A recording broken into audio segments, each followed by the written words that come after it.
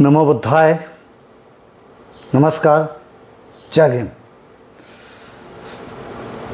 मैत्रेय संघ यूट्यूब चॅनलमध्ये आपणा सर्वांचं पुन्हा स्वागत करीत आहोत. आणि आज आपण विषय जो घेत आहोत तो आहे कर्मसिद्धांत. तथागतांनी जो कर्मसिद्धांत सांगितलेला आहे त्याबद्दल बरेचशी मंडळी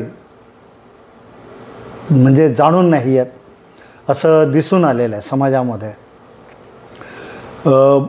बुद्धांच्या बाबतीत जे काही लोकांचं समज आहे, वाचन आहे, त्याच्यामध्ये त्यांना कर्मसिद्धांताची नीटशी कल्पना नसल्यामुळे बौद्ध धर्मात काय फक्त आपण हे करायचं काय ज्याला म्हणतो आपण देव नाही मानला म्हणजे बाकी चालतं सगळं. मग देवाला मानत नाही आम्ही एवढंच म्हणतात काही लोक आणि त्याप्रमाणे ते जगतात. मग त्याच्यामध्ये काय होतं की ते काय जगण्याची पद्धत आहे ती उच्छेदवाद, ज्या वादाचा तथागतांनी निषेध केलेला आहे त्या उच्छेदवादासारखं जगणं होतं. आणि केवळ स्वतःला नास्तिक म्हणून घेणारे लोक स्वतःला बौद्ध आहे असं म्हणून घेतात. पण लोकांनी या बाबतीत विचार केला पाहिजे. एक छोटीशी पुसटशी रेषा आहे. तुम्ही फक्त नास्तिक आहात का? नास्तिक शब्दाचा अर्थ तरी तुम्हाला माहीत आहे का? आस्तिक म्हणजे काय, नास्तिक म्हणजे काय हे आपल्याला माहीत पाहिजे. हे माहीत नसतं आणि त्यामुळे मी नास्तिक आहे असं बोलून जातात लोक आणि किंवा मी आस्तिक आहे असं काहीतरी विचित्र बोलतात आणि त्या पद्धतीने पुढे सगळी बौद्ध असल्याचं सांगतात. पण तशा पद्धतीने जगणं वागणं हे चुकीचं आहे असं माझं स्पष्ट मत आहे. म्हणून कर्मसिद्धांत जाणून घेणं आवश्यक आहे. कारण मेल्यानंतर काही नाही आणि जन्मापूर्वीही काही नव्हतं. काय स्त्री पुरुष एकत्र आल्याने जन्म होतो एवढं काही बुद्धिझम एवढा काही स्वस्त नाही, धम्म एवढा स्वस्त नाही. त्याप्रमाणे लोक करतात आणि तसं वागण्याचा प्रयत्न करतात. जर अभ्यास केला तर लक्षात येईल कर्मसिद्धांत हा अत्यंत आवश्यक आहे. कर्मसिद्धांत तथागतांनी 10 धम्म सूत्रात भिक्षूंना सांगितलेला आहे. काय म्हणतात तथागत? कम्मस्स कौमी कम दायादो कम योनी कम बंधू कम पटिस्सरणो यं कम्मं करिस्सामि कल्याणं वा पापकं वा तस्य दायादो भविष्यामीति पब्बजीतेन अभिन्नं पच्चव्यक्षितब्ब. शेवटची ओळ काय आहे? पब्बजीतेन अभिन्नं पच्चव्यक्षितब्ब म्हणजे काय? ज्याने दीक्षा घेतलेली आहे, ज्याने प्रवज्जा घेतलेली आहे त्याने सातत्याने या गोष्टीवर लक्ष ठेवलं पाहिजे. काय की कम्मस्स कौमी कम दायादो कम योनी कम बंधू कम पटिसरणो यं कम्मं करिस्सामि कल्याणं वा पापकं वा तस्य दायादो भविष्यामीति. म्हणजे काय? तर मी माझ्या कर्माचा उत्तराधिकारी आहे. कम्मस्स कौमी कम दायादो मी त्याचा उत्तराधिकारी आहे. मी माझ्या कर्माचं फळ आहे. मी कोण आहे जो आता ते माझ्या कर्मामुळे आहे आणि त्याचा मी उत्तराधिकारी आहे की त्याच्यातून जे काही उत्पन्न होईल किंवा त्याला कोणती दिशा द्यायची याचं हे माझं कर्तव्य आहे. कम्म दायादो कम्म योनी त्या अनुषंगानेच माझा जन्म आहे किंवा होणार आहे किंवा झाला आहे. योनी म्हणजे जन्म म्हणजे अनेक योनी असतात ना, जसे पक्ष्याचे आहे, ते जनावराचे, चतुष्पादाचे आहे, कीटकांचे आहे, अनेक योनी आहेत. तर कम्म योनी कम्म बंधू तुमचा जो काही बंधुभाव आहे, परिसर आहे, तुमचे नातेवाईक आहेत, हे सुद्धा तुमचं कर्मफळ आहे. त्यानंतर कम्म बंधू कम्म पटिस्सरणो ज्या तत्त्वज्ञानामध्ये तुम्ही आहात, ज्या तत्त्वज्ञानामध्ये तुम्ही चालत आहात ते सुद्धा तुमच्या कर्माचं फळ आहे. यं कम्मं करिस्सामि मी आता जे काही कर्म करणार आहे कल्याणं वा पापकं चांगलं कल्याण करणारं किंवा पापाचं जे काम करणारं, तस्स दायादो भविष्यामीति. मी जे काही इथून पुढे कर्म करणार आहे त्याचा मी उत्तराधिकारी असणार आहे, त्याचंच फळ मला भोगावं लागणार आहे. हे कोणी लक्षात ठेवायचं? पब्बजीतेन अभिन्नं पच्चव्यख्यितव्य. ज्याने दीक्षा घेतली आहे त्याने या गोष्टीवर अतिशय कटाक्ष ठेवला पाहिजे. असं कोण सांगतं? तथागत. बाबासाहेबांनी आपल्याला जे दीक्षा दिली 1956 साली. दीक्षा हा शब्द कुठून तयार झाला? दक्ष या धातूपासून. दक्ष या शब्दाचा अर्थ होतो की सावध असणे, सजग असणे. तुमच्या अंगणामध्ये कोणी कचरा टाकला, तुम्ही संतापता ना, अरे माझ्या अंगणात कोणी कचरा टाकला. आणि डोक्यात कचरा टाकला जातो त्याच्याकडे मात्र आपण लक्ष देत नाही. डोक्यात कचरा केव्हा केव्हा टाकला जातो? अगदी लहानपणापासून टाकला जातो. आजूबाजूला जे काही वाईट संस्कार असतात, चुकीचे संस्कार असतात, टी व्हीच्या माध्यमातून असतील, माणसांच्या माध्यमातून असतील, समाजाच्या माध्यमातून असतील, त्या मेंदूमध्ये टाकले जातात. पण त्याचा निषेध करण्याची ताकद त्या मुलामध्ये, त्या माणसामध्ये आहे का? ती निर्माण केली पाहिजे. त्या प्रत्येक व्यक्तीने निर्माण केली पाहिजे. ती निर्माण केली नाही तर तो असा जसा कचरा वाहत जातो काय की त्याला पतित म्हणतात, प्रवाह पतित, प्रवाहामध्ये वाहत गेलेला, मग तो कचराच असतो. त्या पद्धतीने त्या माणसाचं जीवन वाया आहे, व्यर्थ आहे. म्हणून असं आपलं आयुष्य वाया जाऊ नये म्हणून हा कर्मसिद्धांत आपल्याला माहीत असायला पाहिजे. तुम्ही जसं कर्म कराल तसाच तुम्हाला जन्म मिळेल. माणसाचा जन्म असूनही तुम्ही कुत्र्यासारखे वागत असाल तर कुत्र्याचा जन्म निश्चित आहे. जनावरासारखे, पशुसारखे वागत असाल तर पशुचा जन्म निश्चित आहे. हे निसर्ग नियम आहे. याच्यामध्ये काही वेगळं काही सांगितलेलं आहे किंवा कोणीमध्ये द्यायला बसलेलं असं नाही. हां, हे आहे की लोक म्हणतात अरे कर्मसिद्धांत मागच्या जन्माचं पाप म्हणून या जन्मात असं, मागच्या जन्माचं पाप नाही, मागच्या जन्माचं पुण्यसुद्धा सोबत असतं. केवळ पापच नव्हे, पुण्यसुद्धा सोबत असतं. म्हणून तुम्ही पुण्य काही असेल तर इथे जन्म घेतलेला आहे मानवामध्ये. पण मग हा तर म्हणतात इतर धर्मामध्ये पण आहे कर्मसिद्धांत. तो अमुक अमुक पाप केलं म्हणून या जातीत जन्माला आला, अमुक अमुक कर्म केलं म्हणून त्या जातीत जन्माला आला आणि मग आयुष्यभर त्याने तेच काम करायचं. हा तथागतांच्या कर्मसिद्धांताची जी काही मोडतोड केली ती इतर धर्मांनी केलेली आहे. या देशातली जातीयता जी आहे ही जातीयता तथागतांच्या कर्मसिद्धांताची मोडतोड करून केलेली आहे. एखाद्याला सांगितलं जातं की तू आता ह्या चर्मकार जातीत जन्माला आलास तर तू आयुष्यभर चर्मकारीच करायची आहे. तुला याच्यातून बाहेर पडता येणार नाही आयुष्यभर, कारण मागच्या जन्माचं पाप म्हणून तू इथे जन्माला आलास, महार म्हणून जन्माला आलास, मांग म्हणून जन्माला आलास. हे जे काही सांगितलं जातं ही बकवास आहे. हा कर्मसिद्धांत नव्हे. तर कर्मसिद्धांत अतिशय सोपा आहे. कर्मसिद्धांत हा भ्रष्ट केलेला कर्मसिद्धांत आहे. हा जो सांगितला जातो की इथे जन्माला आलास तो आणि त्यानुसार त्याने तिथेच जगायचं आहे. बघा, बाबासाहेबांनी संविधान लिहून काय केलं की कुठेही जन्माला आलास तरी तुला तुझा उद्धार करण्याची पूर्ण परवानगी आहे. खालच्या जातीत जन्माला आलास तरी तुला या इथे जज होता येईल, पंतप्रधान होता येईल, काही होता येईल, डॉक्टर होता येईल, काही होता येईल. हे तथागतांनी सांगितलेलं आहे. जे चांगलं कर्म करशील, पण इथे चांगलं कर्म करायला बंदीच घातली गेलेली आहे.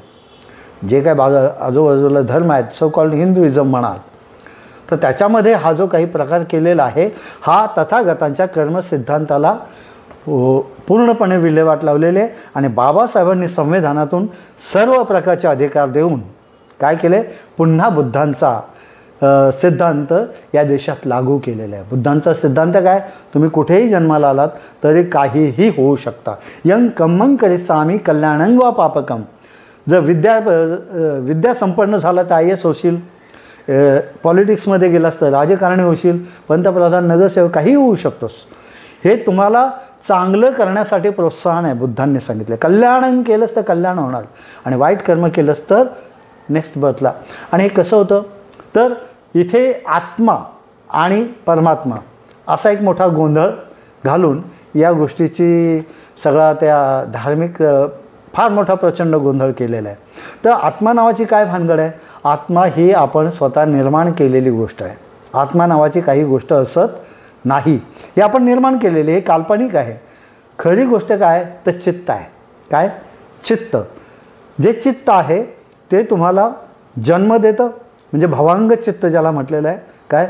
म्हणजे ज्याचा जन्म होतो, नवा जन्म होतो. पुनर्जन्म हा चुकीचा शब्द आहे. नवा जन्म हा बाबासाहेबांनी 22 प्रतिज्ञेमध्ये दिलेला शब्द आहे, नवा जन्म. तर इथे तुम्ही जे जे काही कर्म कराल, जे जे काही वाईट कराल, ते सर्वच्या सर्व त्या चित्तामध्ये एम्बॉस होतं, म्हणजे त्याच्यामध्ये त्याची नोंद होते. जसे आपण डाउनलोड करतो एखादी गोष्ट मोबाईलमध्ये, तसं राहतं, बरोबर की नाही? अगदी त्याच तत्त्वावर हा मोबाईल तयार झालेला आहे. कॉम्प्युटरसुद्धा त्याच तत्त्वावर तयार झालेला आहे. जसं हा जन्म माणसाचा आहे त्याप्रमाणेच ते सर्व आहे. की हे जे काही मटेरियल मोबाईलमध्ये येतं, आपण एखादी मेसेज करतो, तो मेसेज उडत जाताना दिसतो का आपल्याला? नाही दिसत. मग त्याप्रमाणे हे चित्त आहे, त्याचं संक्रमण एका ठिकाणाहून दुसऱ्या ठिकाणी होतं. ते कोणत्या क्षणाला होतं, काय होतं, याचा व्यवस्थित अभ्यास तुम्ही विपස්සना साधना योग्य वेळेला केली, तिचा सराव केला, तर त्याचे असते असते तुम्हाला त्याची जाणीव होऊ शकते. चित्ताचे प्रकार किती आहेत हे बुद्धांनी अभिधम्मामध्ये सगळं स्पष्ट केलेलं. 121 चित्त आहेत. काही चेतसिका पण आहेत, त्याच्या 51-52 अशा चेतसिका पण आहेत.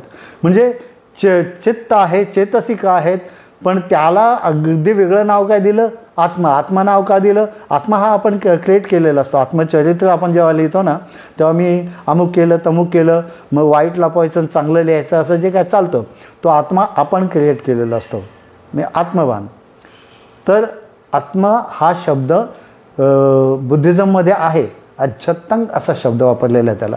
म्हणजे जे काही तुम्ही एखादी वस्तू घेतली, आता मोबाईल नवीन घेतला, तुमचा कोरा असतो, त्याच्यामध्ये तुम्ही जो काही भरलेला आहे कचरा, कोणाच्या मोबाईलमध्ये काय भरलं आहे, कोणाच्या मोबाईलमध्ये काय भरलं आहे, तर तो भरलेला आहे, तो आत्मा झाला. पण मूळ मोबाईल आहे तो काय आहे? चित्त घेऊन आलेला असतो फक्त. तर तशा पद्धतीने एक शुद्ध चित्त घेऊन आलेलं असतं. त्यात काय आधीचे थोडेसे ॲप्स असतात तेच फक्त, बाकी तुम्ही नवीन नवीन काय टाकलेलं असतं, चांगलं वाईट जे असेल ते त्या मोबाईलमध्ये असतं. तसं आपल्या चित्तामध्ये ते सर्व एम्बॉस होतं आणि त्यानुसार जो काही जास्त वजनदार असेल त्या अनुषंगाने मृत्यूच्या क्षणाला त्याचा उद्भव जास्त होतो प्रमाणामध्ये आणि त्याप्रमाणे जन्म तुम्हाला पुढील जन्म मिळतो. अशा मिळतो म्हणजे देणारा कोणी नाही, हा निसर्गाचा नियम आहे, वेगळं काहीच नाही याच्यामध्ये. म्हणजे एक बीज कशाचं तयार झालेलं आहे, ते कोणत्या परिस्थितीत वाढलेलं आहे, त्या बीजाचं परत दुसऱ्या ठिकाणी आरोपण होतं, मग तेच तशाच पद्धतीने झाड उगवेल किंवा वेगळं काय होईल त्याच्यामध्ये, किंवा ते नष्टच होऊन जाईल. त्याच्यामध्ये जर जान नसेल चांगली तर नष्ट होईल, त्याचा कचरा होऊन जाईल, मग त्याच्यातून किडे पण बाहेर येऊ शकतात. म्हणजे असं वेगवेगळ्या रूपामध्ये त्याचं संक्रमण होतं. तथागतांनी जो नियम सांगितला आहे कर्मनियम, कर्मसिद्धांत, त्या कर्मसिद्धांताचा आपण बारकाईने अभ्यास केला पाहिजे आणि आपल्या आचरणामध्ये आणलं पाहिजे. आम्ही काय देवाला मानत नाही त्यामुळे आम्ही सैराट आहोत, आम्ही काहीही करू शकतो आणि कसंही वागू शकतो, हा जो काही गैरसमज आहे तो डोक्यातून काढून टाका. कारण कर्मसिद्धांत लागू आहे तुम्हाला.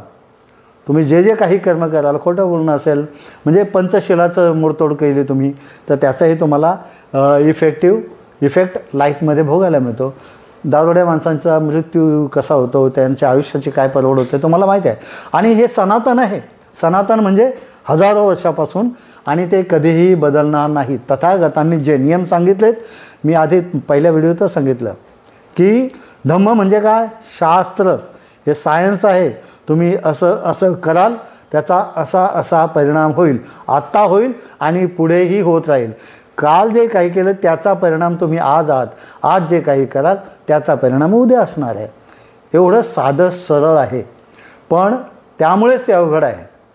आणि त्याचे ते शास्त्राचे नियम, तथागतांनी सांगितलेलं जे शास्त्र आहे, धम्म आहे, त्याचे जर नियम आपण व्यवस्थित पाळले तर आपण कर्मसिद्धांताला अग्रस्थानी ठेवून जगू की मी आता काय कर्म करतो आहे, हे चांगलं आहे की वाईट आहे, याची ज्या वेळेला तुम्हाला म्हणजे तुम्ही जाणीव होईल त्यावेळेला तुम्ही तुमच्या विपाकापासून बाजूला व्हाल आणि पुण्य अर्जित करण्याच्या कामामध्ये लागाल.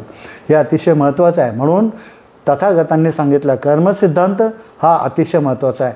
तो भ्रष्ट करून इतर संप्रदायांनी कसा वापरला आहे हे तुम्हाला माहीत आहे की इथे जन्म आला म्हणजे असंच मरायचं हे चुकीचं आहे. ते बाबासाहेबांनी मोडलं संविधान देऊन.